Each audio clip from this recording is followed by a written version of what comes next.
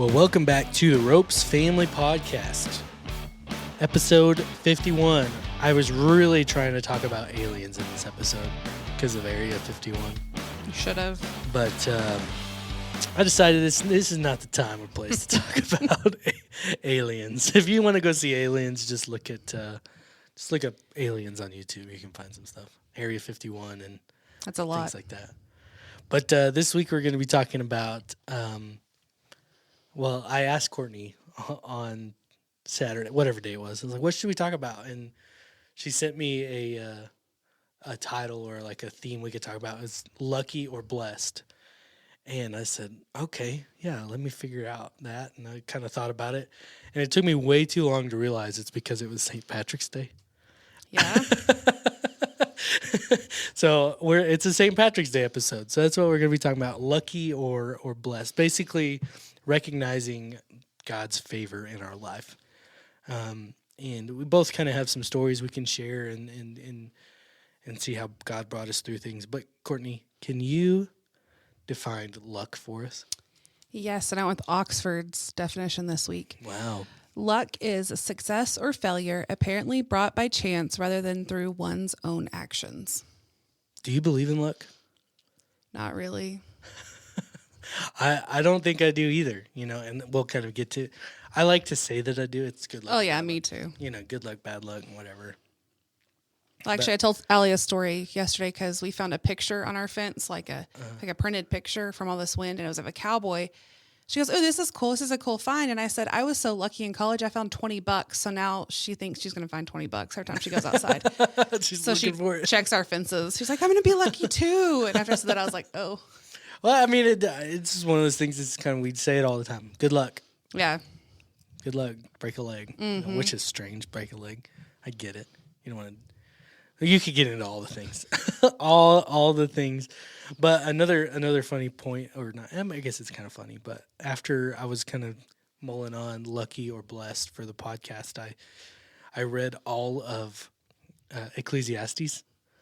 And basically the theme of Ecclesiastes is everything is meaningless. Mm-hmm. The first verse in the first chapter of Ecclesiastes says meaningless. Meaningless. Everything is meaningless. That's a hard book to read. I don't know why. You just thought, wow, I should read Ecclesiastes. I was like, I'm sitting here. You know what? I'm going to read all of Ecclesiastes right now. Because I hear people talk about it. It's like, if you want to be bummed out, read Ecclesiastes. And I wasn't too in my feels. I wasn't like trying to be sad or nothing. Emo. Yeah. Elder emo is now the term for us 30-year-old dads that listen to emo music. Elder emo. If you don't know what that means, I'm sorry. Oh. And I probably shouldn't know what it means either. Whatever. But the main theme of Ecclesiastes is we often see the hard times as hard. Obviously. Yeah.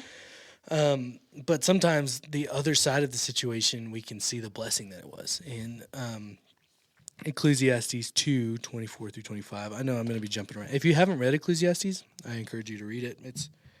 It's a good read. If you like kind of being sad, but also seeing the reason why we have to be sad. But Ecclesiastes 2:24 and 25, it says, "A person can do nothing better than eat and drink and find satisfaction in their own toil. This, too, I see, is from the hand of God. For without him, who can eat or find enjoyment?" So basically that boils down to, we're going to go through hard times, but we need to find the time to the way to enjoy things by looking back at the things that we've seen. And we can't do that without God. God allows us to enjoy the hard times. Right. Does that make sense? Mm-hmm. It shouldn't, but it does. God allows us. It does. He allows us.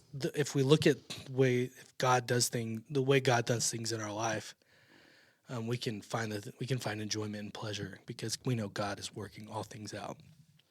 I wrote this paper a couple semesters ago, and I called it God's Hand.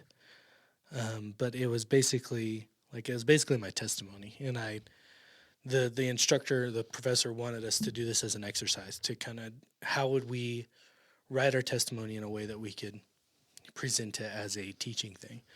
And I can read a little bit of the end of it. I'm talking about Elliot in it. And I think I've shared this story on the podcast before. But if you know Elliot, he's 6 now. He was almost 5 when I wrote this. It says, he's so full of whimsy and has no care in the world. He loves to explore and take the path less traveled. But sometimes he's on a mission and he has to locate the destination very quickly because he has to go pee.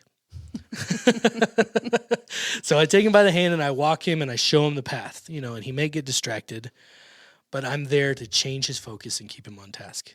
I use the example, like sometimes I have to grab his head and turn it in the right direction. And I it's funny, Ellie's kind of grown out of that, but now I've got Easton doing the same thing where I've got to change his direction and send him where he goes. But the thing is he has to trust me and that I'm going to point him in the right direction. So he has to trust that I'll get him to where he needs to go, And Galatians 5:25 says, if we live by the Spirit, let us also keep in step with the Spirit. In the same way that I guide Elliot's steps, God guides mine. And I'm not going to read the whole testimony because there's a lot in there, but I have seen it many times where God has literally taken my head and turned it in the ways I could go. But sometimes those paths were hard. But I needed to trust that God had a path laid out for me to go through so I could learn and also grow in my faith, but I had to trust and lean on him, let him guide my steps for me to get through the ways, to get through the things. So not everything is meaningless, so I can enjoy the hard times. If I've got God with me, if I'm walking in step with the Spirit, then I can trust that the hard times God will get me through and we'll see good out of it. So I guess in my life too, God's hand has been shown over and over from the time that some events that took place when I was 8 weeks old up until 6 years ago, up until now. Do you want to share some of those? Yes, I can share about, the events when I was 8 weeks old are kind of, yeah. But I can share about Allie's eye from 6 years ago. Okay. So I hate this week and it's like the worst week of the year for me, which is kind of funny. But okay, so if you don't know, in March of 2018, Allie was like, she was 8 months old. Mm-hmm. She was sitting like 2 feet from me in the living room, and we were getting ready for a baseball game. And I was sitting right there. She was jumping in her little jumper thing, and she pulled her bow off her head, and she let it go, and she started screaming bloody murder. And I was like, oh, man. She never took her bow off her head. That kid had a bow on from the minute she was born to now. Mm-hmm. And she never took it off. And I was like, well, how weird. And so I grabbed the bow, picked it up, and realized that the bow had come off the alligator clip. And I was like, okay. So I picked her up and she was had her right eye squished shut. And I was like, okay. Well, we needed to get to the game and it was time for her to eat. So I fixed her bottle and fed her and she wouldn't eat it. She was just screaming. So finally got her eye pried open and took a picture and sent it to her pediatrician, who was like, oh no, her eye is injured. He's like, I'm going to call my friend and see if he can see her. This is a Saturday. And so he calls Dr. Cater and, he met us at his office and, he was wearing a t-shirt and sweatpants. He was not working. Mm-hmm. And, Cater looked at her and was like, you have to go straight to the ER. Something stuck through her eye. Oh man. And there's extreme damage. And we were like, okay. So we went to the hospital and, Cater went up there. He did her first surgery, and he was awesome. We thought he was the doctor that we were going to have forever. And after her second surgery, he looked at us and was like, this is above me. Wow. He said, this is too much for me, but I have a friend in Houston. Her name's Dr. Yin. And come to find out, she specializes in kids' eye injuries, and she's the best doctor in the country for it. He called her, right then. Mm-hmm. And she was like, oh, yeah, I can get them in. And so they made an appointment the next week. We went to Houston. She's doing amazing. Really? For what she should be doing. So what's the timeline of all this? It's in a week or a day or two? Or 2 weeks. Okay. So initial visit, you go to the doctor and he says, go to the ER. And then they do emergency surgery when you get there? Okay. They did the repair there. Okay. Yeah, I can talk better now. They did the repair in the hospital that day on March 24th. Okay. Then they were like, hopefully she doesn't form a cataract, because if she does, we have to go in and take her lens out. Okay. They knew she was going to. So about a week later, we went back in to have, the injury looked at, and he said, "Oh no, there's a cataract."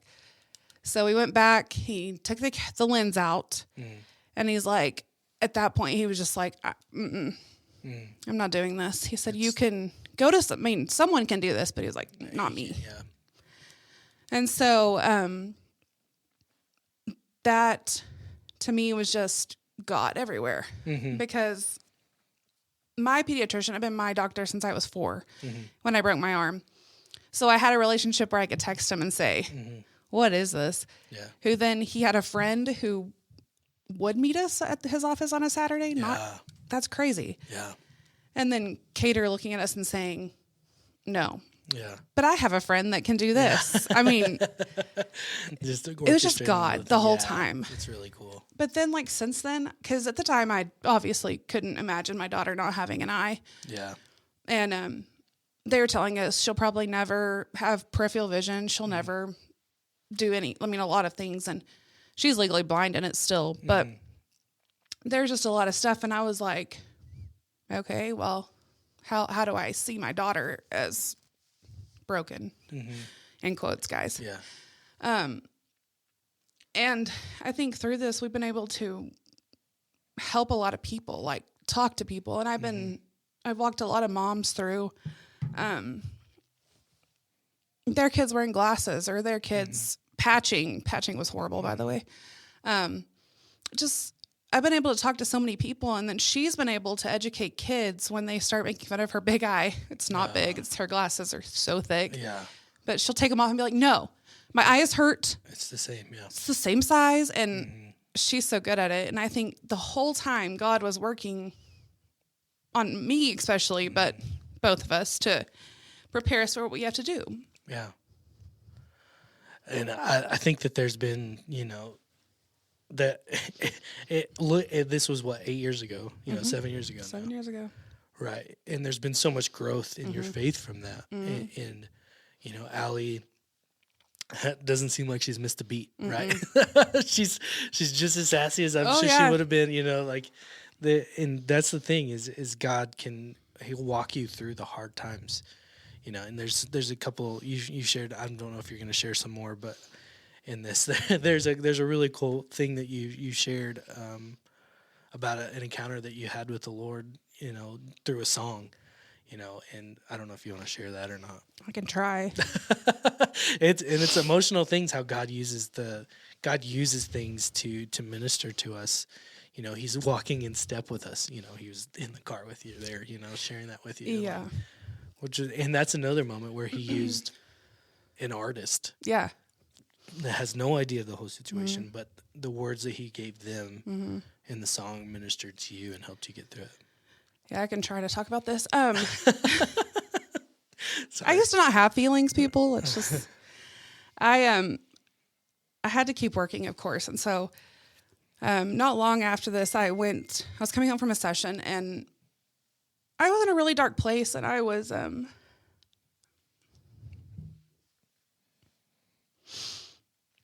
playing that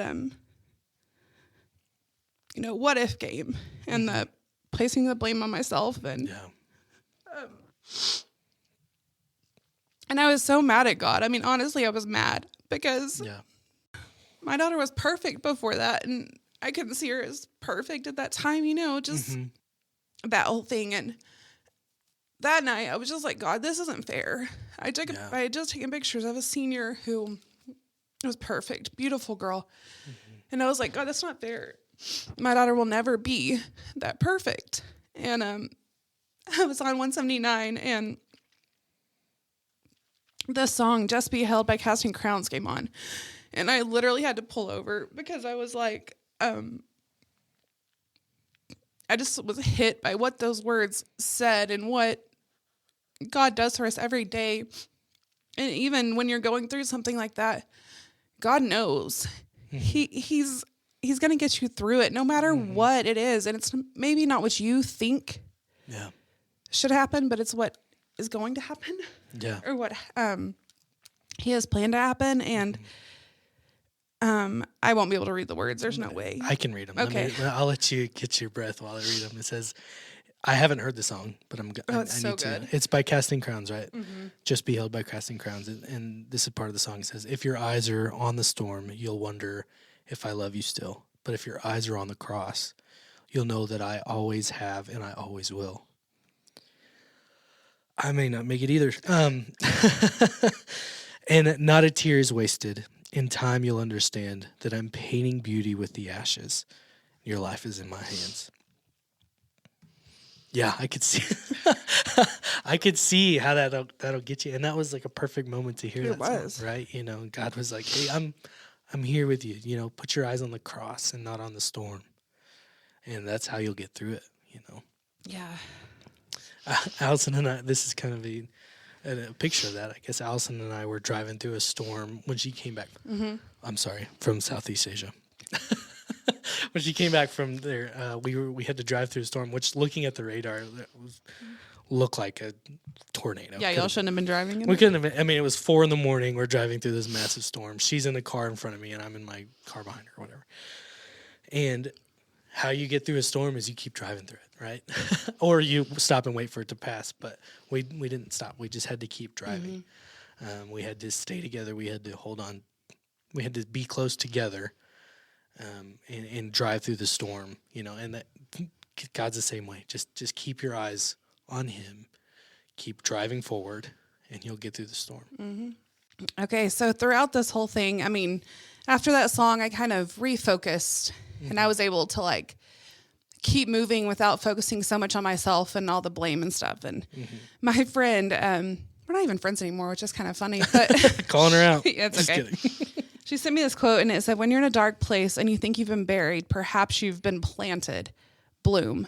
And I was like, oh, God put us in the situation. Yes, my daughter's going through this, but we haven't been buried. We haven't been forgotten. Mm-hmm. He's going to make something beautiful from this. And it's not, it may not be the beautiful, perfect, in quotes, you know, that I thought it was going to be, but it's still beautiful and perfect in His eyes. It's still going to bloom. Yeah, it's still going to bloom and it's still going to be amazing. Yeah. Just different. Exactly how God intended it. Exactly. Better than what we can do, right? Better than we can imagine. And that's the thing that we have to trust. But I know we're talking about being lucky or blessed. And that was kind of, I think we're more, I mean, obviously that was unlucky if you want to talk about luck, but God blessed us so much through an unlucky situation. Yeah. And a situation that, I mean, it could have been worse. And I think my eyes were open more when we took her to Houston, and there was a girl there that had brain cancer, and she was seeing the same doctor because she had no vision. And I looked at her and I went, oh, it's okay. Yeah. And that opened my eyes a lot too. Yeah. You know, that we're not the only ones going through disasters. Yeah. You know, everybody has their own disaster. But God still works with us in spite of our disaster. Oh, yeah. Right. And however big our disaster feels to us, God is still bigger than that. Oh, yeah. You know, and Romans 8:28 says, as we know that for those who love God, all things work together for good, for those called according to His purpose. And God will use the things in our life to further His purposes, to like we said a minute ago, more than we can imagine. You know, God will use these things. We may not see the outcome. We may not see the good outcome of the situation. You know, we may not ever see it, but we've got to trust that God is going to work in that situation. You know, God, we can trust that He has a plan, and we just need to trust His process. You know, and like I said, we may never see the good in our physical life, but God will redeem everything. God will make all things new. You know, and was it luck that changed our life? You know, like, was it lucky or unlucky that changed our life? No, it was God working that changed our life. You know, it was God blessing us, God blessing you and Allie, God blessing that whole situation, redeeming that whole situation 7 years later, you know, like where you can come here and talk about it and share how God worked in that situation, even though in that moment you probably couldn't see. Oh, no. You couldn't see what was happening. All you could see was what was the disaster that was happening, right? but looking back at it, you can see how God worked in so many ways with the doctors and with things like that, and the same thing with me and sharing my testimony. If you zoom out, and I had to zoom out and look at my life, and I can see pointed times where God rescued me and brought me out of certain situations and turned my head literally which way I needed to go, God has been orchestrating the whole time of our life. He's been orchestrating everything. And sometimes it takes zooming out to see the map, right? God has been orchestrating in the good times and the bad times. But in both instances, in the good and the bad, they both require faith. I have to remember God in the good times. Right, in Ecclesiastes, everything is meaningless. But I have to remember God in the good times as well as trust God's going to bring us out of the hard times. And I just got to know that God has me in his hands. Great. You got anything else? Now that I cried for a whole podcast? No, I don't. I don't have anything else to say. I think I'm the only one that hasn't cried yet. Donovan cries. I used to not be a crier.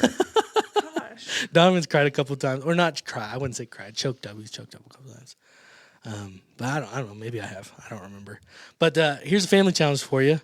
And this is a lot bigger than it sounds. Okay. So remember God in the good times and trust God in the hard times. And there's a song called Count Your Blessings that we sing here at the church. Look for and count those blessings in your life, and give God the glory for them. Always take time to thank God for the things that he's done, because everything is meaningless without him. Meaningless. Everything is meaningless without God.